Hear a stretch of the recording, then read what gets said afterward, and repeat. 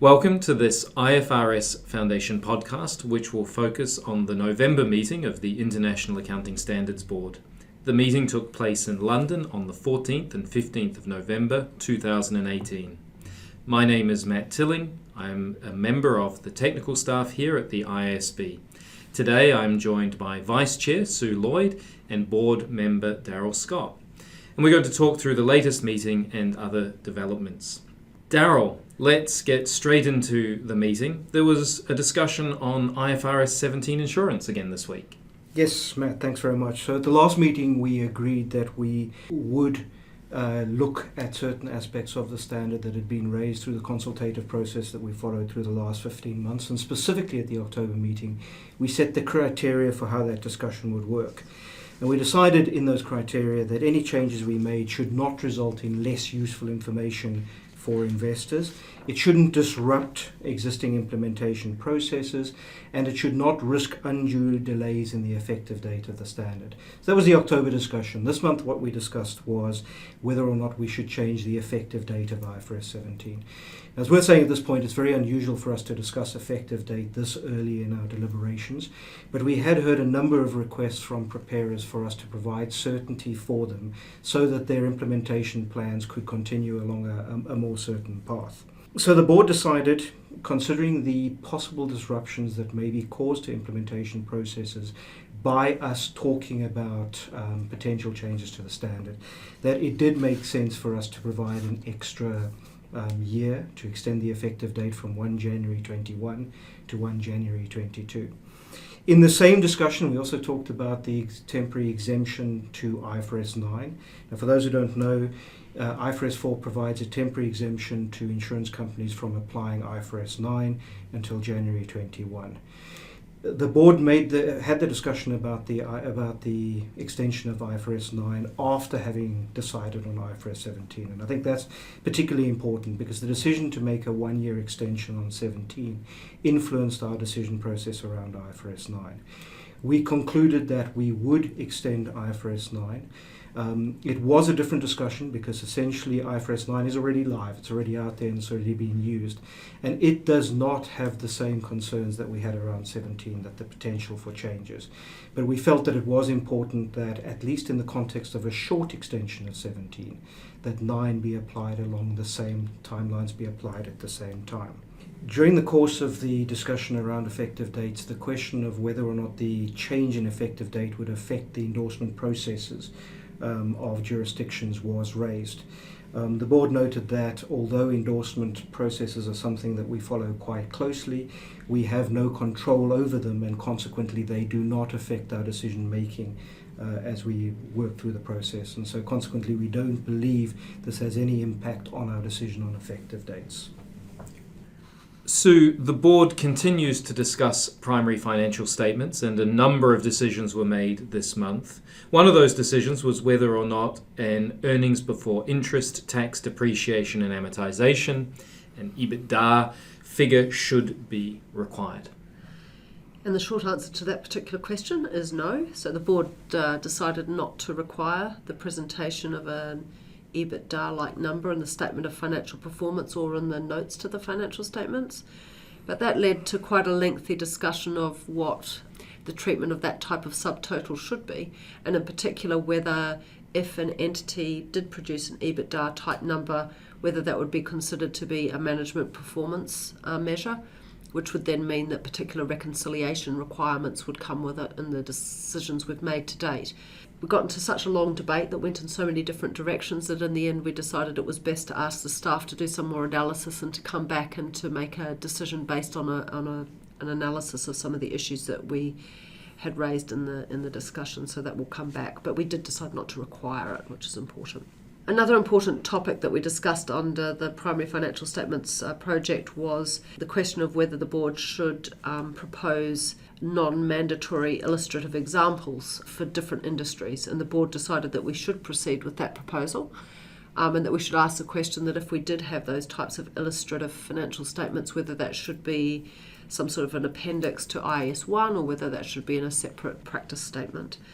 And we decided to put that out for comment when we go out with the document on primary financial statements, and that we would expect to illustrate really the primary financial statements, so the income statement, the cash flow statement, etc., for a range of different types of industries, and also to illustrate some notes, but only some notes, not full financial statements, in particular to illustrate the notes that we've been discussing as part of the primary financial statements project. So, for example, what an example of the note that we propose to require on management performance measures could look like.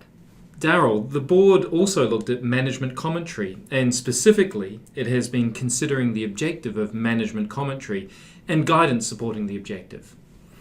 Yes, Matt, this is a project that is in still its fairly early days, and the staff has spent the last several months doing a lot of outreach with the various constituent bodies, including the working group that is being set up specifically for this purpose. And they used that to pull together the objectives and the context within which they believed management commentary should be placed. So the board decided that the objective of management commentary should be to give context to financial statements by providing primary users of the management commentary with the historical, financial and operational information, and with analysis that is useful to assess the prospects of the entity's future net cash flows. There's been quite a lot of discussion about this last point because people are looking for the management commentary to provide insight, but not necessarily to provide a mechanism for forecasting. And the board spent some time talking about how that distinction is drawn. The board expects to discuss this application of the application of materiality and the principles of management commentary further at its meeting in January next year. So the board has been looking at the classification of liabilities and specifically current or non-current. That's right, so the current non-current classification in IAS 1, and this is continuing the redeliberations of an exposure draft that we issued quite some time ago now. And at the meeting, the board decided that IAS 1 should require an entity to classify a liability as current if the entity doesn't have a right at the end of the reporting period to defer settlement of that liability for at least 12 months after the reporting period. And that's not really a radical change at all from what's in IAS 1 today. It's really, I think, more in the nature of a clarification. In particular, today IAS 1 uses the words unconditional right, and I think there was a concern some people were over-reading what that meant. What we talked about as part of the discussion was some additional clarification that we think could be helpful in IAS 1 that comes about really in response to some of the questions that were raised about application of the words in the comment letters. And the board decided that we should clarify that when you assess these rights, it needs to be a substantive right, or it has to have substance. So if there's a right to defer settlement, but it's on terms that nobody's ever going to use, then you wouldn't look at that as being really a right. And also to clarify that an entity's right to defer settlement isn't affected by whether or not you expect to use the right. So if management might not choose to extend, that doesn't matter. It's whether they have the right that matters. And also, even if a liability happened to be settled between the end of the reporting period and the date the financial statements are authorised for issue, that doesn't change the classification of the instrument as at the reporting date, because the question is, at the reporting date, what rights did you have? And so we decided to proceed with those clarifications. Darrel, it was a big month for rate-regulated activities. Yeah, Matt, we're drawing towards the end of the current phase of this project, and so the staff brought a suite of papers to us that get into some of the final issues that we just need to tick off on and get some comfort on in terms of some specific details of the standard. Now, I'm going to pick up on some of the high points, but to the extent that anybody is following this very closely, I'd probably direct you to look at the papers to see some of the real specific issues that we did get into. I think the first issue that we discussed was the applicability of other standards to the model that we're talking about. And this was done largely in the context of using the existing IFRS 14, which is a temporary standard on rate regulated, as a bit of a template to direct us to the issues where previously the board has decided that other standards should not have an implication on the model. So the first of the topics that we discussed was IFRS 5 and IS 36.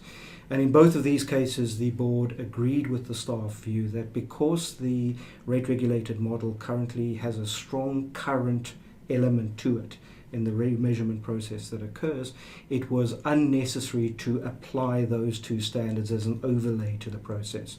And so we were comfortable to essentially exempt the measurement model from the requirements of both IFRS 5 and IS 36. That discussion continued into IFRS 3 and whether the requirement to remeasure at fair value should be applied in the context of the model. The board felt that there wasn't sufficient information for us to make a conclusion on this particular aspect, and we requested that the staff bring us back further guidance on whether or not the regulatory assets and liabilities identified in an acquisition should be remeasured at fair value or not. Or whether you can continue to use the existing carrying value. The rest of the focus of the discussion was primarily on presentation and disclosure. On presentation, the board generally agreed with the staff proposals, except for the specific staff proposal that would have allowed some rate adjustments to be reflected in OCI. In that circumstance, the board felt that this was something that seemed to be out of sync with the way we'd been thinking about the model to that point, and asked the staff to take it away and think about that issue again, and in need, bring it back to us for further consideration. The final issue that we discussed at the meeting was disclosure. In particular, on the disclosure topics, what the staff had done is they had used the thought process that had been developed under the Disclosure Initiative project to develop a process for thinking about what disclosures we should be considering. And I think the board largely, with some minor adjustments, thought or agreed to that thought process and the outcome of the thought process, although it was noted in this discussion and the previous discussion that we still need to proceed with disclosures in our normal process. We can't yet adopt the direction that the Disclosure Initiative is taking. So we allowed the process to help develop our thinking, but the conclusion that we're likely to land at in this project is likely to be more along the lines of the way we've dealt with previous projects.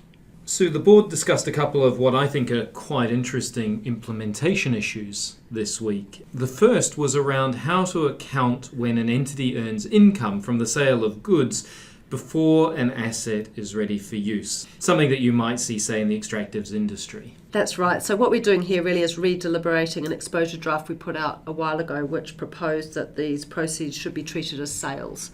To clarify, they shouldn't be offset against the capitalisation of the PP&E. And this has raised some, I think, quite interesting issues in practice and certainly generated a lot of debate. Now, the staff had actually recommended a relatively light touch in response to the feedback that we got, moving more to a sort of disclosure type solution, but the board felt more strongly than that. So the board has decided to instead move forward with what we talked about as the modified form of the exposure draft, which would include clarifying the meaning of testing activities, specifying that testing whether an item of property, plant and equipment is available for use is based on a technical and physical assessment of the asset rather than its financial performance. And so we plan to move forward with that. The second issue is one that we've spoken about a number of times, cryptocurrencies. There have been calls for the board to write a standard addressing this issue specifically. However, the board has decided not to add this to the work plan. Could you take us through the thinking here? Yeah, so this is an interesting one, and we actually talked about it at the board in July, and at that time the board said they would like the Interpretations Committee to have a look at this question to confirm what they thought the current accounting requirements were and to get some feedback on sort of the appropriateness, I guess, of that accounting. And the committee looked at that. So this discussion was about the feedback we'd got from the Interpretations Committee.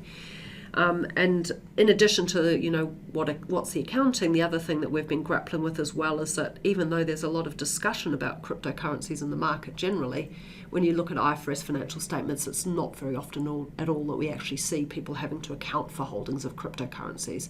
So I think the board's had a real challenge in terms of working out, is it important enough that we commit resources to standard setting on this when we've got a queue of projects that people would like us to work on?